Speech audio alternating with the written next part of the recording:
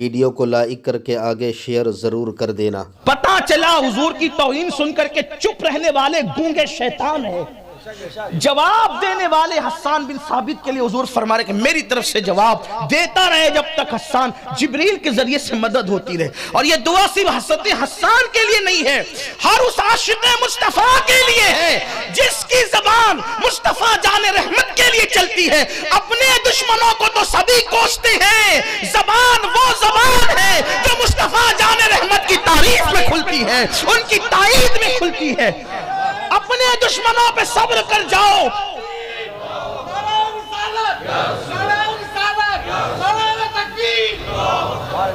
میں یہ تو نہیں کہوں گا کہ آپ کا نعرے میں بھی کوئی شدت نہیں ہے۔ جس قوم کے نعرے میں بھی دم نہ رہ جائے پھر اس قوم کی زندگی میں کیا دم رہے گا۔ بہرحال حضور کے نام پر بھی نعرہ لگتا ہے، ذرا میں بھی تو دیکھو، نعرہ تکبیر، نعرہ رسالت۔ سبحان اللہ۔ پہلے تو نعرہ لگایا مت کرو، خاص طور پہ میری تقریر میں لگائے تو پھر اس کا حق ادا کیا کرو گے۔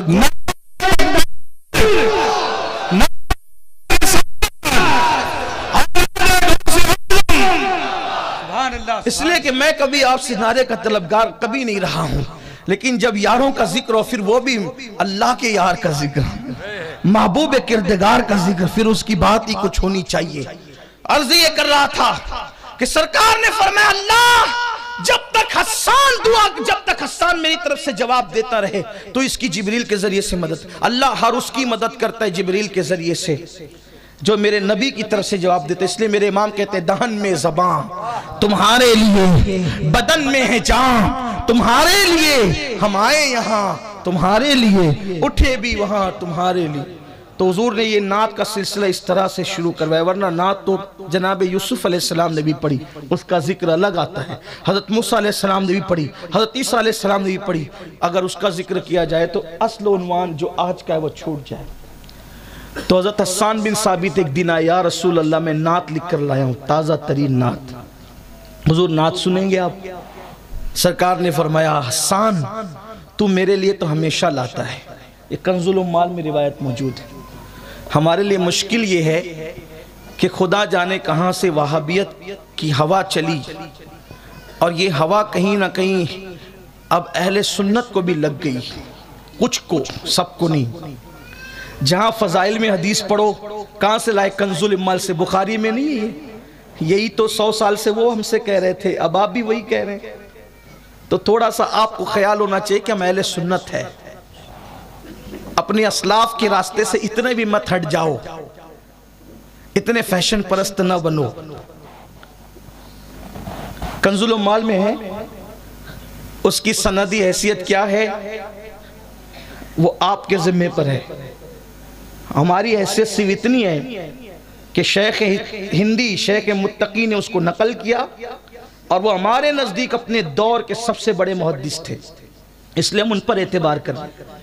اگر کسی نے اس کا انکار کر دیا ہو تو وہ بھی انسان ہے، یہ بھی انسان ہے، کہ اگر ان کی بات کا اعتبار آپ انکار میں لیتے ہیں تو اقرار میں ان کی بات کا بھی تو اعتبار ہو سکتا ہے۔ آپ نے ان پہ اعتبار کیا، ہم نے ان پہ اعتبار کیا۔ تو باتیں اس طرح نہ کیا کرو کہ ایسا لگنے لگے کہ آپ کے دل میں کوئی دشمنی بیج بو رہی ہے، کہ پرورش پا رہی ہے۔ اللہ کے رسول علیہ السلام کی بارگاہ میں جب حسان نئی نعت لے کر کے آئے، مفہوم کے طور پہ عرض کر رہا ہوں، اور سرکار علیہ السلام سے اس کے حضور نئی نعت لائے ہوں، سناؤں؟ اللہ کے رسول نے فرمایا حسان تم میرے لیے تو ہمیشہ لاتے ہو۔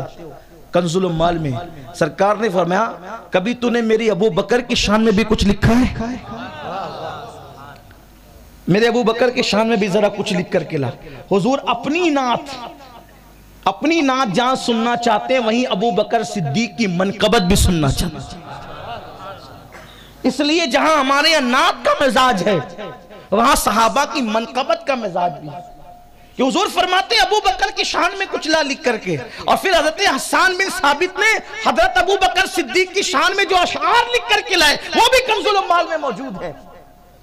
کہ وہ اول ہجرت کرنے والا رسول اللہ حضور علیہ السلام کا ساتھی، حضور کے ساتھ ہجرت کرنے والا حضور کا ساتھی، اول ایمان لانے والا، اس طریقے سے اسلام کی راہ میں اپنا مال خرچ کرنے والا، اللہ اکبر، سیدنا صدیق اکبر کا مرتبہ رسول اللہ کی بارگاہ میں حسان بن ثابت بیان فرما رہے ہیں۔ تو اس سے پتا چلا کہ حضور جہاں اپنی نعتوں سے خوش ہوتے ہیں وہیں ابو بکر صدیق کی منقبت سے بھی خوش ہوتے ہیں۔ اس لیے آج ہم نے چاہا کہ سیدنا صدیق اکبر کا کچھ مقام بیان کریں، مرتبہ بیان کریں، کیونکہ ہماری عوام ان نفوس سے بہت دور ہو گئی جن نفوس نے اسلام کے لیے بڑی محنتیں کی۔ پہلے تھوڑا سا میں آپ کو یہ بتاؤں کہ صدیق اکبر کی عظمت بیان کرنے سے پہلے صرف تھوڑا سا ٹائم 2-3 منٹ کا لوں گا، آپ کو اہل علم کو، اہل خرد کو، اہل دانش کو اندازہ ہوگا کہ مقام صدیق کیا ہے۔ دیکھیے، حضور علیہ السلام کا وصال ہوا، آقا نے پردہ فرمایا، حضور کے پردہ فرمانے کے بعد ایک جوان آیا مدینہ منورہ میں، سارے صحابہ رو رہے تھے، بڑا عجیب معاملہ تھا مدینہ شریف میں، جنات بھی روتے تھے، پتھروں سے رونے کی آواز سنی گئی، جانور رو رہے تھے حضور کے وصال کے دن، صحابہ کا حال غیر تھا، صحابہ کہتے تھے ہم لٹ گئے، اب ہم کہاں جائیں؟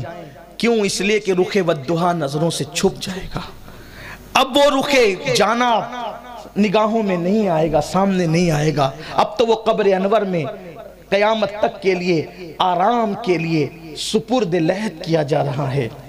اور ایسے میں ایک جوان آیا، سب کو روتا دیکھ کے کہا کیوں رو رہے ہو مدینے والوں؟ تو اس جوان سے کسی نے کہا ہماری تو دنیا لٹ گئی، ہماری تو بہاریں اجڑ گئی، ہماری تو بہاریں خزاں میں تبدیل ہو گئی۔ کہا ہوا کیا؟ کہا کہ ہماری جان، ہمارے ایمان کی جان، ہماری روح کائنات اس دنیا سے ظاہری طور پہ کوچ کر گئی۔ کہا کیا؟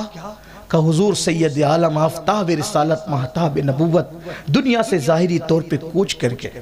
اس نے کہا اب تو تباہ میں ہو گیا، اب تو برباد میں ہو گیا۔ کہا کیوں؟ تو کیوں تباہ ہوا؟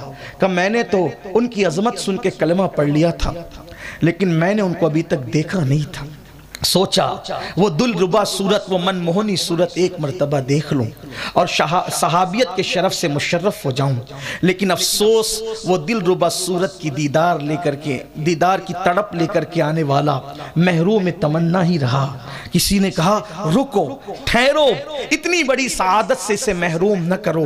مولائے کائنات کے پاس اطلاع بھجوائی گئی، ابھی حضور کو قبر انور میں آرام کے لیے لٹا دیا گیا اور ابھی مٹی کو سجایا نہیں گیا تھا۔ یہ نہیں کہتا کہ مٹی ڈالی گئی تھی، واللہ قبر انور پہ مٹی ڈالنے کا ذکر کیسے کروں؟ حضرت علامہ فیض احمد اویسی کا جملہ بڑا خوبصورت لگتا ہے، کہتے ہیں میں نبی کے جنازے کو جنازہ کس منہ سے کہہ دوں؟ اللہ اکبر، جس نے جنازے نکلنے سے بچائے ہوں اس کے جنازے کو جنازہ کیسے کہوں؟ لیکن مجبور ہوں کہ الفاظ نہیں ملتے، سرکار کو کیا کہیے؟ تو کہیں سمجھنے سمجھانے کے لیے مجبوراً کچھ بات مجازن کہنی پڑتی ہے۔ وہ کہتے ہیں کہ ابھی مٹی سجائی نہیں گئی ہے قبر انور پر، اور محل مصطفیٰ، قصر قبر مصطفیٰ ابھی تیار نہیں کیا گیا ہے۔ ایک کام کرو، اس کو بلاؤ اور اس سعادت سے اس کو محروم نہ کرو۔ اس جوان کو بلایا گیا اور چہرے انور سے کپڑا ہٹایا گیا اور کہا لو دیکھ لو، لو دیکھ لو، جس کو دیکھنے آئے تھے، باتیں کرنے آئے تھے، اس من موہنی صورت پر قربان ہونے آئے تھے، دیکھ لو۔ اس نے ایک جھلک